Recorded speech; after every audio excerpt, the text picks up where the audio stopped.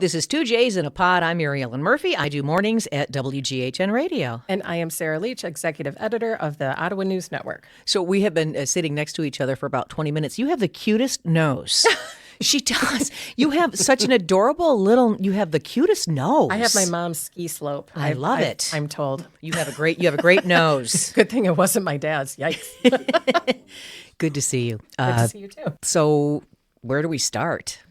I thought it was a very interesting piece, Chris Kleinjans, an opinion piece on the Ottawa News Network website. Yes, that was interesting timing, too, because MLive actually wrote a sort of an analysis about how things are going with the dynamics of the board. Okay. The sentiment that Chris was expressing is, look, moderates and progressives helped get the more moderate Republicans elected in the fall, and they feel like they're not really getting any acknowledgement for that they're not getting any appreciation for that. They're applying for positions that are on committees and subcommissions, and they're getting passed over. They feel like they didn't vote for some of these people to conduct themselves in the way that they are. And not to make this super controversial, it's actually a lack of controversy that they're upset about. I see. Okay.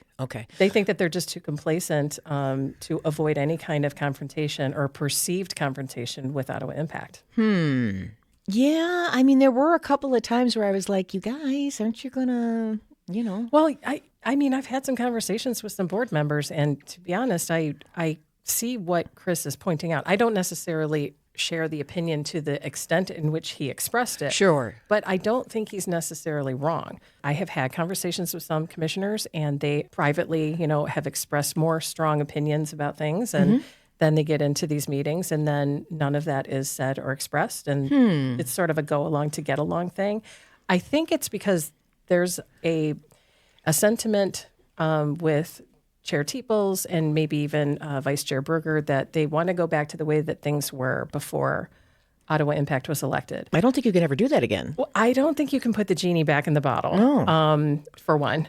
And for two, I don't know if we would want to go back to what that was, because there are some things that Ottawa Impact said when they were initially running in 22 that were correct. The board was in lockstep with one another. There were a lot of things that were happening behind the scenes, not necessarily in a nefarious way, but they weren't having all these contentious discussions. And there's some healthy aspect to having those things aired out, even if, the OI era did, bring a lot of chaos and controversy. One good thing out of it is that they're forcing conversations to happen out in the open, one way or the other, whether it's them leading that conversation or people reacting to things that they're doing. I don't want to go back to not really knowing what is going on. That's true. At the county government. I know we all want a boring government again, but not like that, because there's that's how OI got elected. You're right. Let's not set that up again. Did you get any comments on the piece that was on Ottawa News Network? Yes. Okay. Because I haven't read those. And one of the things that Kleinjans points out in his piece is that the current board majority is in the same political party, obviously, as Ottawa Impact. They're all Republicans. And he's kind of referencing it in a way where, look, you have to deal with your weird cousins over there. You have to reconcile this in some way because this can't be sustainable. The reality is you're all under the same umbrella in the political party, and you're trying to please everyone. You're trying to please the people who elected you. You're trying to please conservatives so that they still think that you're conservative too. You're trying to avoid any kind of confrontation with the people who are more conservative than you, and you cannot please all of those spaces all the time. Right. It's just not going to happen. So what happened is the County Republican Party actually commented on ONN's sharing of this on Facebook. Ottawa County GOP. Yes, and they said, well, it's interesting that ONN exercises its First Amendment in sharing this opinion piece. And I just thought, is that the flex that you want to make right now? Not to debate the points that are in an opinion piece? I'm not expressing my First Amendment right at all. Mr. Kleinjans is. Yeah, hello. It just kind of underscores the lack of understanding of what the media's role is. Right. We are a forum. We're not endorsing anything, one way or the other. And when you become politically radicalized, you can't see things outside of that framework and that lens. Right. And you can see that in the reactions that I'm getting on that post. But you have to let it play out because that's the marketplace of ideas, and that's supposed to happen. So you can't be reactive as a newspaper, organization. Right. Don't go in and start defending the points unless it's something that like policy wise that ONN needs to answer to. Okay. But you have to let the discussion play out and not interfere. I get the impression that the other commissioners, the non-OI commissioners, are just sort of like, oh, let Ottawa County GOP do whatever they want to do. I don't have to, whatever. I'm not going to align myself with them. That's the impression that I get. Well, that's what they ran on. I mean, these people were censured so many times that I just don't know why they would still want to claim them as their party. Mm-hmm. They haven't really done anything publicly to reconcile that, anything. They don't, as far as I know, attend any of the party meetings. Mm-hmm. But I think that it's kind of like raising kids. When you have a kid throwing a temper tantrum, there's some wisdom in ignoring it and just letting it go. But if that child is determined and keeps going, and I happen to have one that was like that. I had one too. I had one too. And yeah, you've met her. They will force the issue, and eventually you have to pivot to a different parenting strategy. Right, and so right. I kind of think that eventually this board majority, we're going to have 3.5 more years of this. Yeah, you're right. Something's got to give. You're right. Something's got to give. And before you know it, it'll be September, and we'll be back to searching for an administrator. Oh, God. I know. Do we have to? It's just, it really is something when you think about it. I mean, everything that's happened in the last 2.5 years. And now we're 6 months with a new board. Yeah. And I think it was in Kleinjans' piece. I actually hadn't calculated this number, but, between the administrator search last year and the one that was this year, mm-hmm. I think that the county has spent somewhere close to over $500,000 in just, hiring search firms, curating the candidates, hosting meetings. All of that adds up. Jeez, two failed search so far. It does add up. Oh, my God. I'm in the wrong business. I'm telling you. Can we talk about the big, beautiful bill?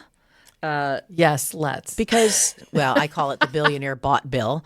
We're going to be hearing the word able-bodied quite a bit. Agriculture Secretary Brooke Rollins? Or is that sounds right. Okay. She says automation along with people on Medicaid will help fill the gap in farm labor. Oh, yeah, because, you can't those are the people that you want in the fields.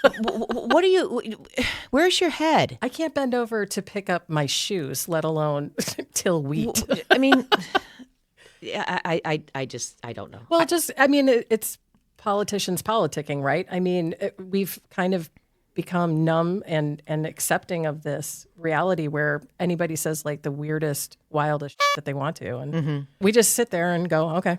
Define able-bodied, because in my 20s... I wish my body was more able. Well, no. In my 20s, I suffered from endometriosis, okay? Mm-hmm. I had 4 laparoscopic surgeries. I remember driving home from Ann Arbor and that song by Wilson Phillips, Hold On for One More Day. Oh, yeah. Okay. I would turn it up and tears would be streaming down my face and I would be bawling because I was in so much pain. But to look at me, you wouldn't see that, right? It never occurred to me to go on disability. I just dealt with it. Now they're recognizing it as a very serious disease and people can go on disability for things like endometriosis. So who decides who's able-bodied and who's not? Kind of depends on who is in charge. Who decides that?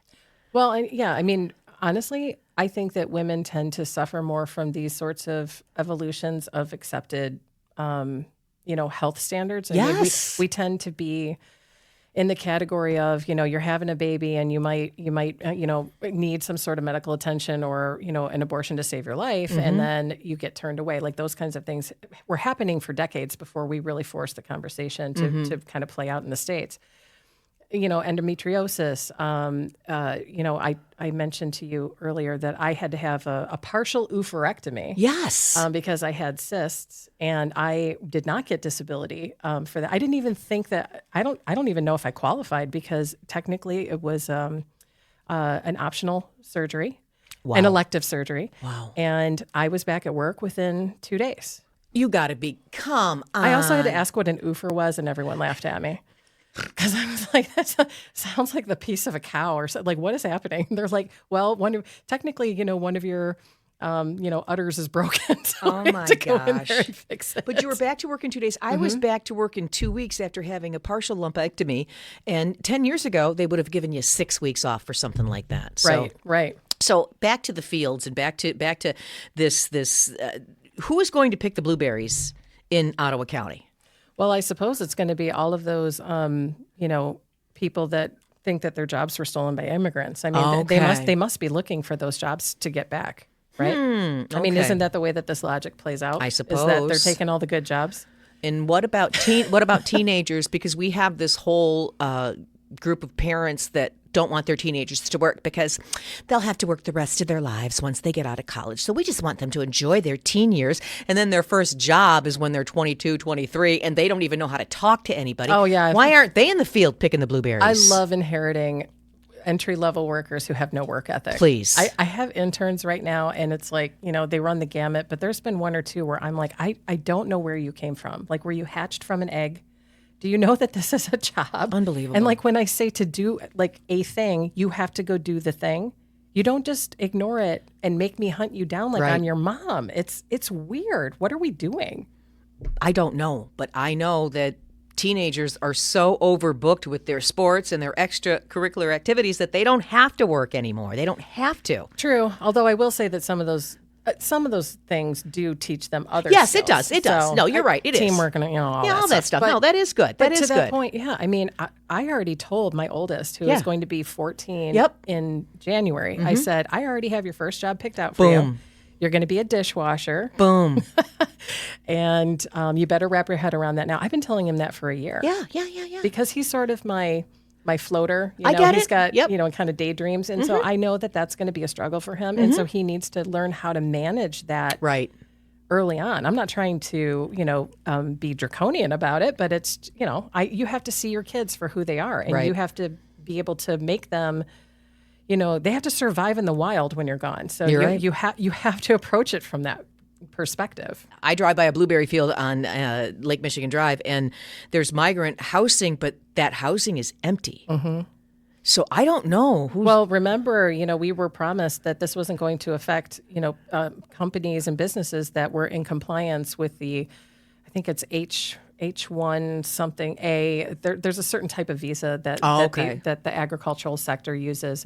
But now you also have this competing quota that ICE is asked to meet every day. Like they're supposed to deport, I think, close to 3,000 people a day, like 1 million in a year. And they're not anywhere near making those numbers. So they're literally picking up people that have valid green cards who haven't committed any crimes because they're just trying to be in compliance with what the expectation is. This is bad. Why do they cover their faces? Do we know why they're doing that? I don't know. It's got real creepy, like Germany vibes. If somebody knocked on your door and their face was covered, I'm not answering the door. I don't care. think I'm being burgled. I don't care who you are. I'm not answering the door. Yeah.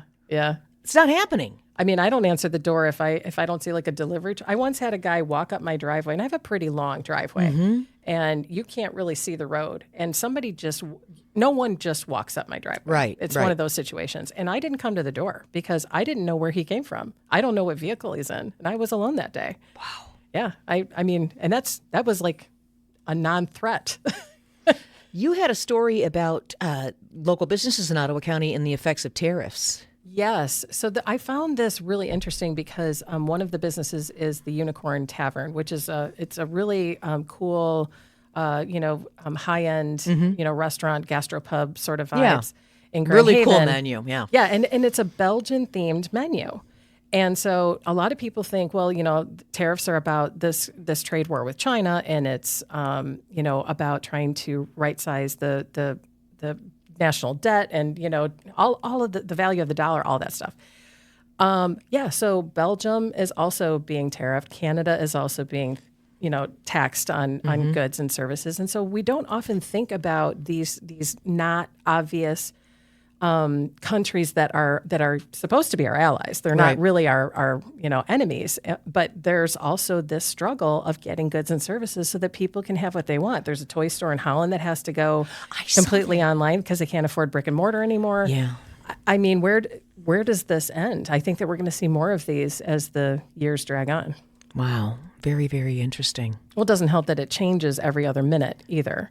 It's like 25%, 50%, 0%. Right. 25%. Maybe if you do this, I'll go to 7.5%. I feel like we're kind of in an auction or something. I thought this was interesting. The IRS says that churches can now endorse political candidates. I'm going to switch gears like I always do. Yes. The change in a 7-decade-old policy known as the Johnson Amendment was noted in a new court filing Monday alongside the National Religious Broadcasters Group. It was part of a lawsuit settlement brought by the group and 2 Texas churches claiming that the Johnson Amendment violated their First Amendment rights to freedom of speech and religion. A judge has yet to rule on the filing. That's like Megyn Kelly saying, journalism has changed. I can endorse a candidate now. Well, No, you can't. I just think that any kind of endorsement in any kind of way is always, it's just a bad idea. Mm-hmm. I think that people have become very lazy about researching things so that they can be inform themselves. And I know that this is coming from a journalist, and Mm-hmm. There's like some irony here, but people are so dependent on someone else telling them what to think. Right. And we've gotten so complacent and so accepting of that mentality that now I don't want to go to my church and have them tell me how to vote. Right. I honestly don't think the newspaper should be doing it either, because I think it shows bias. But and at the Sentinel, we never endorse candidates, Right, because right. it just didn't feel right.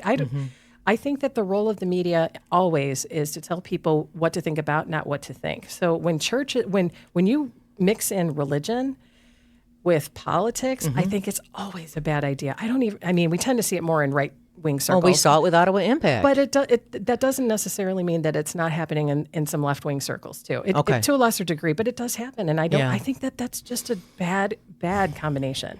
Yeah. It's like my faith should be my faith. You should have a personal relationship with whatever, higher entity Sure. you want to have. And I don't think that has anything to do with who is setting the tax, trade, tariff stuff in the Right. United States. It has nothing to do with that.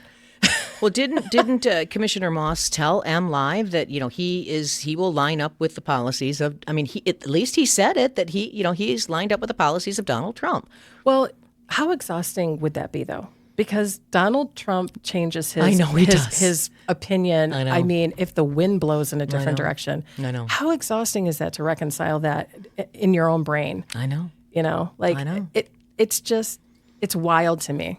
I don't know. I did not watch a lot of the meeting. I know it was committee meetings. Did you get anything out of these meetings? If we go back to Ottawa County, if we revisit that, I just didn't have a lot of time yesterday. It was pretty tame. Okay. Nothing too exciting. Although, Why did they go into closed session right away? so that was about a land purchase. Okay. And it's funny that you should bring that up, because yesterday I spoke about the Open Meetings Act, and this is in front of the League of Women Voters. Part of doing the mission, of my God's work is to share information. So, Right. So I'm going through all of the different exemptions of OMA, Okay. and there's 11 of them. And so we were talking a little bit about the purchase. Land purchase requires a 2/3 majority roll call vote in order to go into closed session. And yet there are really controversial decisions that don't necessarily require a 2/3 vote. Only 4 out of the 11 exemptions require 2/3 vote to go into closed session. Okay. Which is wild to me. Wow. Why only 4? I don't Why know. not all of them? I don't know. Also, these bills went into effect in 1977, 11 months before I was born, and they've never once been revised. Oh, I'm old.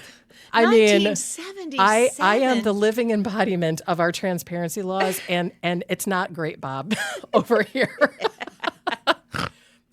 Oh, man. Like if anyone asks you, like, how are sunshine laws doing in Michigan, just show them a picture of me and go, oh. Oh boy! So we know that we've seen that a lot of these changes with the Medicaid they're not going to take effect. I think it was till December 2026. There's a lot of things that aren't going to take effect until next year. Which, gosh, I wonder what happens right before December of next year. Let me think. Could that be In even numbered years, 2 years after a presidential election? Could it be? I can't think of anything that happens. Midterms? Oh, yeah, that's right. Midterms. Yeah, that's right. Yeah. But again, going back to the previous point about endorsement stuff. Yes. That's all going to play in. I mean, Okay. yeah. What about this Epstein guy? Oh my God. Okay. Well, we did a sharp pivot on that one. Okay. Nope. He had ties to Interlochen. Really? That's all I'm going to say. Yeah, Google it. Google I it. actually didn't know that. This is what I've heard. That there were what kind of ties? That he and Ghislaine, was that her name? Ghislaine, the one that Maxwell. They would frequent Interlochen. The one that's in prison for the client list. Because you have to understand now. Very wealthy people send their kids to Interlochen. I mean, there are kids that go there on scholarship, but I mean, Demi Moore's daughter went there. Yeah. Rumor Willis went to Interlochen. So you've got kids from all over the country that go there, and that's what I heard. I went once. No. Yeah. Get out of here. You went to Interlochen? Yeah. Come on. Well, I mean, it was the 90s. I don't know. And you and you played an instrument? Yes, terribly. I mean, I kind of seriously, so I played the flute. We've talked about this. I was a band nerd. I didn't know you went to Interlochen. That's a big deal. My mom sent me for 1 week in the summer. And I could not hang. I mean, I was faking it through the concerts because this was so intense that I knew that I was in the wrong place. Really? Mm-hmm. Mm-hmm. Yeah. Wow. What do you think about Pam Bondi? Do you think, well, I mean, Trump has her back. Yeah. I thought she was going to get axed. Really? Yeah, I thought they were going to be like, you're done. What do you think? I don't know. I mean, to be honest, I need to have my attention here, and so I read the headlines, and I'm vaguely aware of some of these things that happen day to day, but it's just. I was talking to somebody about this yesterday at the league thing. I can't be in both spaces because I will literally have a stroke. Okay. Because if I have too hard of opinions on national things that I know don't really matter in the grand scheme, because I am just expecting constant turnover in the Trump administration and his cabinet at this point. Okay. I mean, that's what happened the last time around. And so I'm not getting too invested in these monopoly players because they're little, characters, like the little hat is getting pinged off the board every lap around, past go. So I just don't get too attached. Jane Doe testified at the trial that she met Epstein and Maxwell in between classes at Interlochen Arts Camp in the early 90s. What were they doing? Oh God, were they like scouting? They were scouting. They were scouting. But anyway, I thought it was interesting that whole thing went down, and now apparently there is no list and blah, blah, blah, blah, blah. I wonder what she's in jail for then. I don't know. But a lot of MAGA, they're really mad about this. What about that reality TV star, Joe Giudice?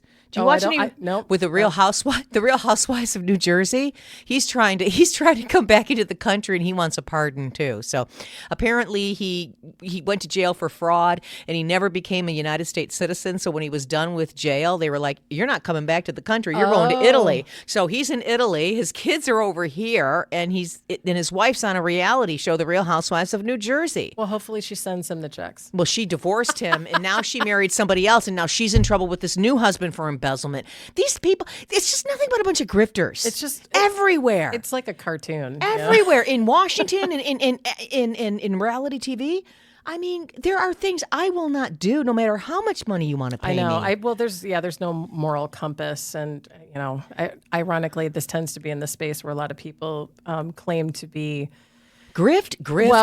And they claim to have some sort of, higher calling and connection to faith. Oh, sure. And right. Honestly, that's the part that I resent the most. It's like, look, grift, steal, whatever, but don't be a hypocrite. Like, don't mock your, people's faith. I don't know how to end this stupid podcast. Are we at 30 minutes? Excuse me. No, it's not stupid. I'm sorry. I'm right here. So we'll meet again next week because there is a meeting on the 24th, I believe, is it? Yes. Okay. Yes. Okay. Although wait, in a couple of weeks we'll meet. Yeah, that's No, we'll meet next week. We'll always meet next week. Yeah. I'll always have you. But I don't know whether or not we're going to see anything interesting. Yeah. Because again, kind of back to the very first discussion point, it's they're intentionally not talking about things that could have some sort of tense discourse, with Ottawa Impact, and it's kind of getting annoying because we all know that we have tension. Like just lean into it. Like, let's just get some of this stuff wrapped up, and then you guys can be boring and weird. Right. Yeah, you're right. Because if you keep putting it off like this, I know. we're 6 months into it, and there's I know still... you're not really avoiding anything. Right. I mean, we've got the Zimmer lawsuit, we've got the Kleinjans lawsuit, we've got the Hill-Sanner lawsuit. Oh, by the way, there was a brief hearing on Hill-Sanner. It appears that the judge was open to a motion for summary judgment from the defense, which basically indicates that she wants to dismiss the case. Oh, boy. They're still in discovery, and they haven't reported what they've curated from the discovery process, so that really raised my eyebrows, but I don't know. So now they're going to submit some briefs and within the next 28 days, and then we're going to have another hearing date in, I think, September or so. Okay. We'll advise. Okay. All right. I should have been a lawyer. Make a lot more money. So I'm jumping out of that plane at 10,000 feet. When? When is it? For the 18th or something like that, a Saturday. When's the 18th? The Saturday, January 18th. July 18th. July 18th at Grand Haven Airport with Skydive Grand Haven and Reach for Recovery. So I'm going to jump in honor of all the people I love that are in recovery. Yeah. And I'm going to bring Paratrooper Barbie down with me as well. So she's going to go down with me. That would be cute. Well, do a second jump for me because I am never... I went up in a hot air balloon once. It was my high school graduation gift. How did you do? My aunt woke me up at 5 a.m, and I had been asking for a car because I was driving my grandpa's old Plymouth Horizon, powder blue, in case anybody wants to know. Did it have like paneling on the side? No, but it had it was like the roll down windows. Oh, yeah. And I didn't even have a tape deck, which was an absolute requirement in the 90s. Anyway, I'm thinking she's going to take me to a car dealership to get a used car. And then we're driving into a field and I'm like, is this where you murder me and like bury my body? Like what are we doing? And there's this hot air balloon and I'm like, Oh. And then we went up and I white knuckled through that whole thing. I just don't like heights. I like to be grounded. Okay. And it's good to know thyself. So God bless you for doing it because I cannot do that. Yeah, in fact, I interviewed for a job at American Airlines. This is a whole nother podcast. I'll tell you about that. But Sarah, Sarah will write you could write my obit. I'll write your obit. There you go. There you go. She died as she lived. Very loudly. She's free falling. All right, will you take us out?